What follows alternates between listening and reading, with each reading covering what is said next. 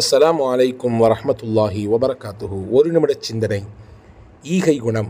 கொடுப்பதில்தான் மகிழ்ச்சி இருக்கிறது இல்லையா? அதிலும் குறிப்பாக ரமதான் போன்ற சிறப்புக்குரிய மாதத்திலே பிறருக்கு ஈகை குணத்தோடு நடக்க வேண்டும் என்பதுதான் இஸ்லாத்தினுடைய நிலைப்பாடு.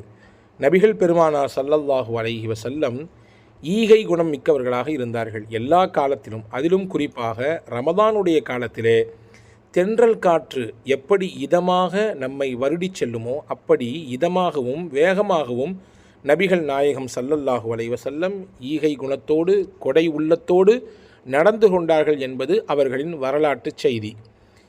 ஏழை குடும்பம் ஒன்று பள்ளிவாசலுக்கு வந்தது. அவர்களின் தோற்றத்திலேயே வறுமை தெரிந்தது. ஆனால் இந்த தோற்றத்தை பார்த்தவுடன் முகம்மது நபியினுடைய முகமெல்லாம் மாறியது.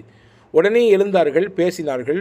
இறைவன் உங்களுக்கு கொடுத்ததை நீங்கள் பிறருக்கு கொடுங்கள். ஒருவர் எழுந்தார், போனார், தன் வீட்டில் இருந்ததை எல்லாம் எடுத்து மூட்டையில் கட்டி கொண்டு வந்து அவர்களுக்கு கொடுத்தார். இதை பார்த்து எல்லோரும் தொடர்ந்து செய்தார்கள். இப்பொழுதுதான் முகமாறிய முகம்மது நபியின் முகம் அந்த நிலையிலிருந்து மாறி சந்தோஷம் பெற்றார்கள். இப்படி கொடுப்பதில்தான் மகிழ்ச்சி இருக்கிறது என்பதை உலகத்திற்கு உணர்த்தி காட்டியவர்கள் உத்தம நபி ஸல்லல்லாஹு அலைஹி வஸல்லம். யோசிப்போம், செயல்படுத்துவோம்.